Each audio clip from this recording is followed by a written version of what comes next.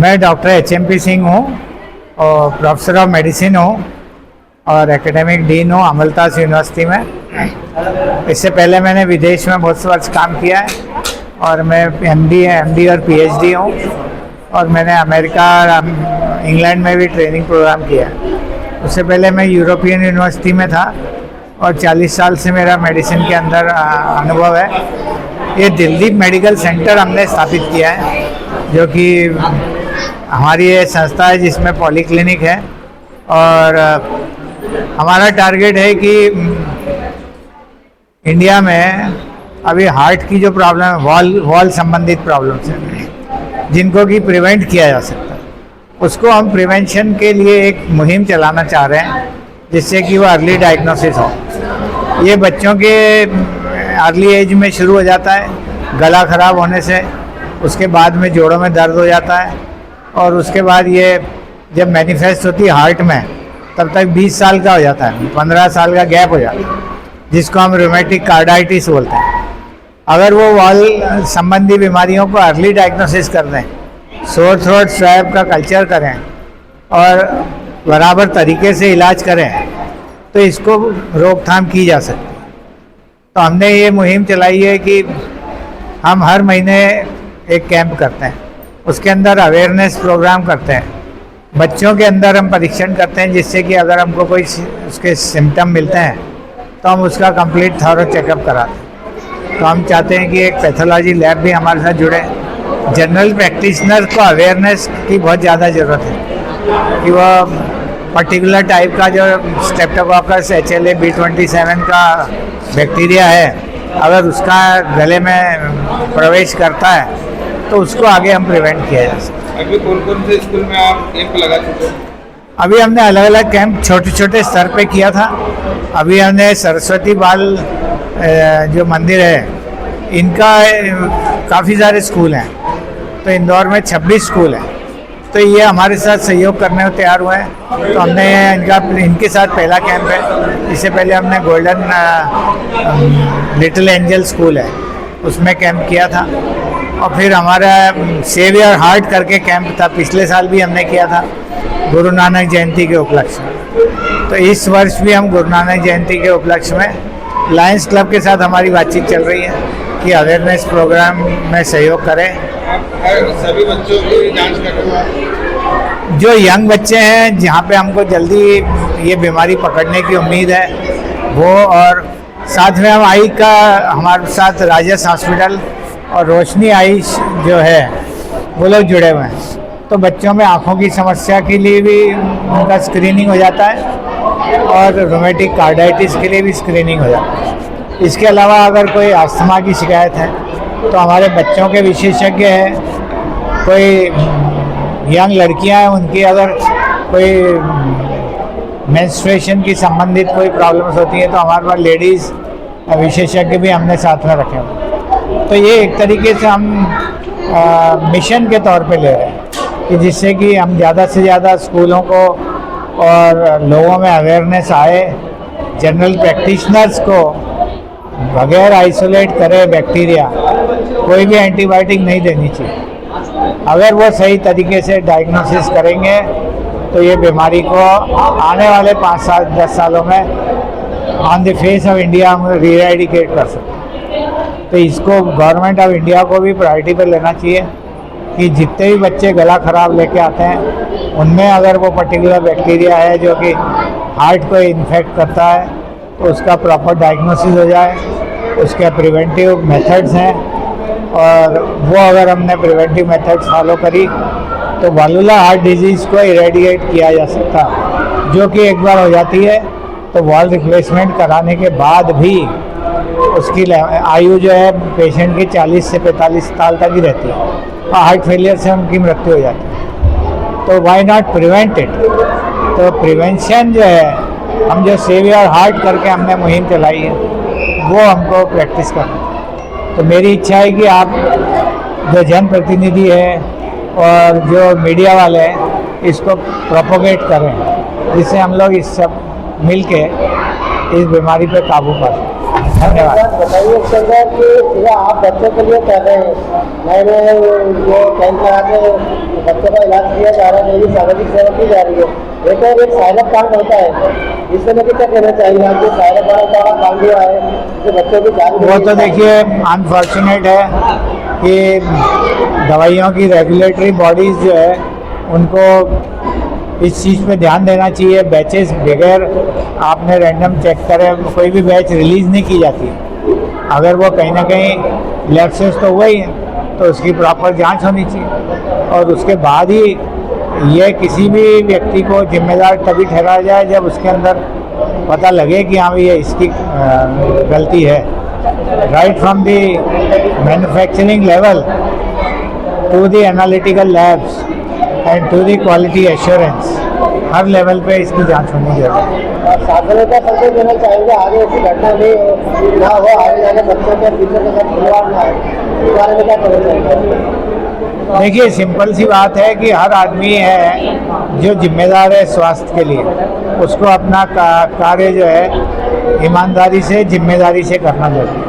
मैं एक प्रोफेसर हूँ, मेडिसिन पढ़ाता भी हूँ, बच्चों को ट्रेन भी करता हूँ, MBBS MD PG लेवल के भी लोगों को ट्रेन करता हूँ। हमारी एक एजुकेशन प्लेटफॉर्म भी है मोहनिक्स एकेडमी, जहाँ पे हम अवेयरनेस प्रोग्राम लाते हैं। तो हम डॉक्टरों को भी अवेयर करना चाहते हैं। हम चाहते हैं कि इंडियन मेडिकल एसोसिएशन, जिसका मैं पहले पदाधिकारी था, और सब जनरल प्रैक्टिशनर्स को इसके ऊपर अवेयरनेस लानी चाहिए। सेवियर हार्ट के लिए भी ज़रूरी है कि जनरल प्रैक्टिशनर्स की जो एथिकल प्रैक्टिस है वो सही तरीके से की।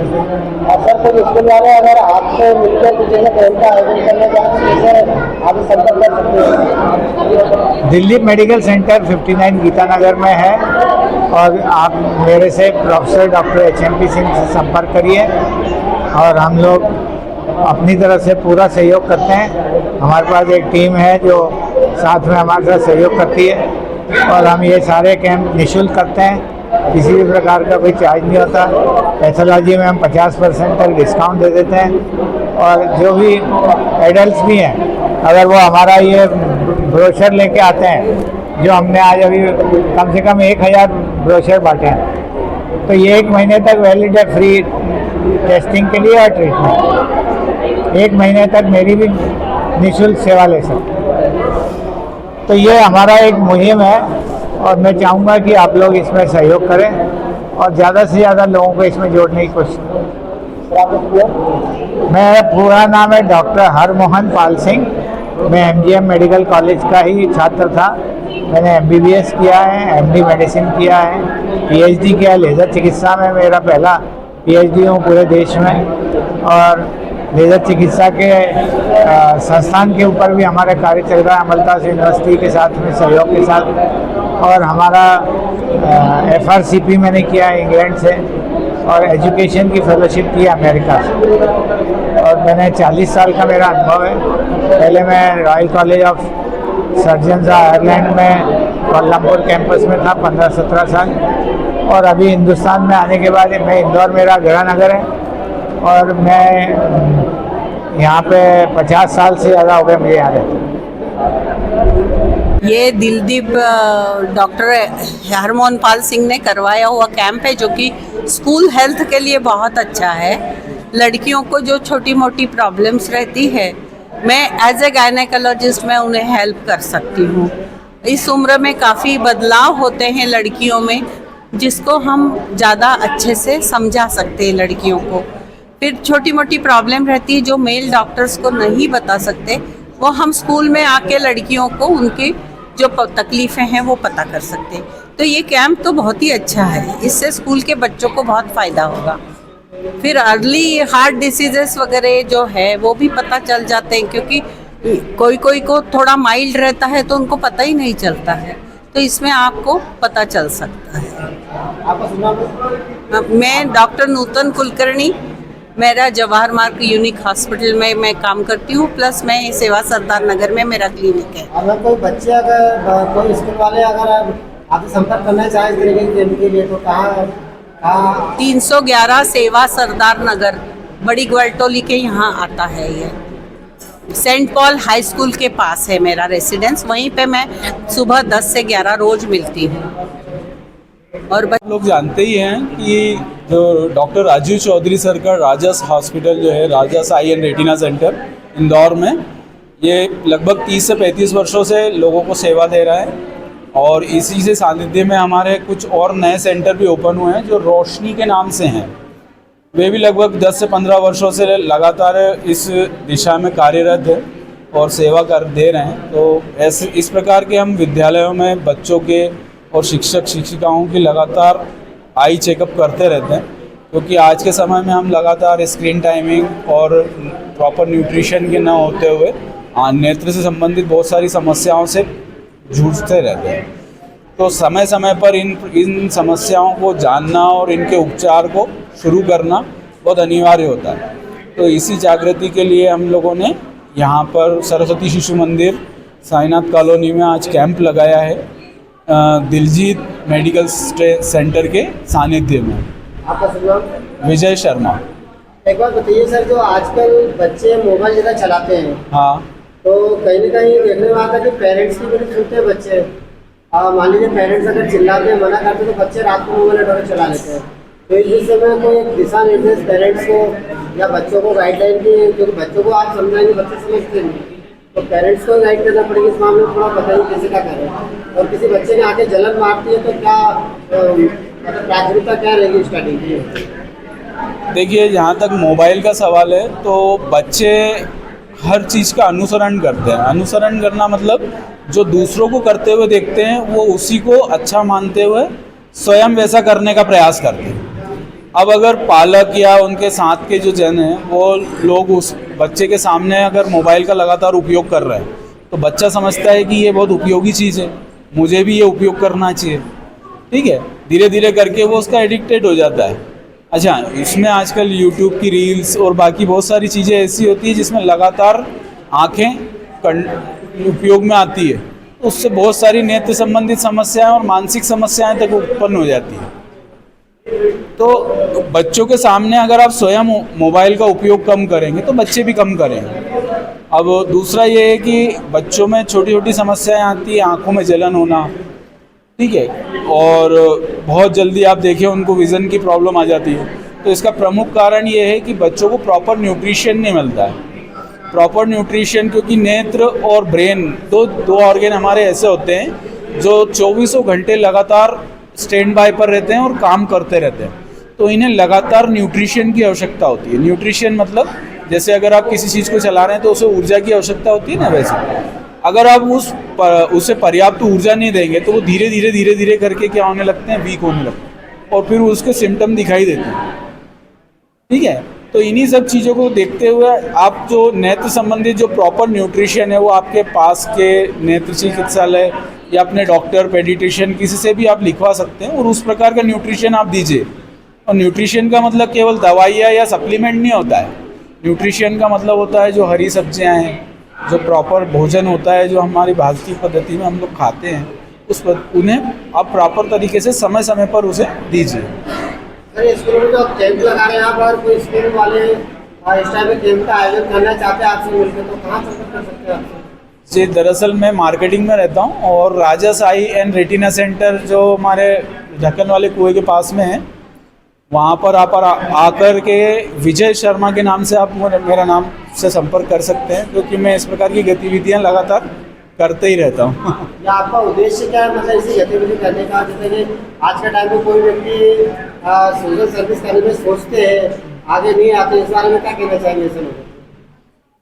दरअसल हमारा उद्देश्य ये रहता है कि समय रहता है नेत्र संबंधित किसी भी समस्या का पहले तो पता लग जाए और पता लगने के साथ ही फिर उसका उपचार शुरू हो जाए।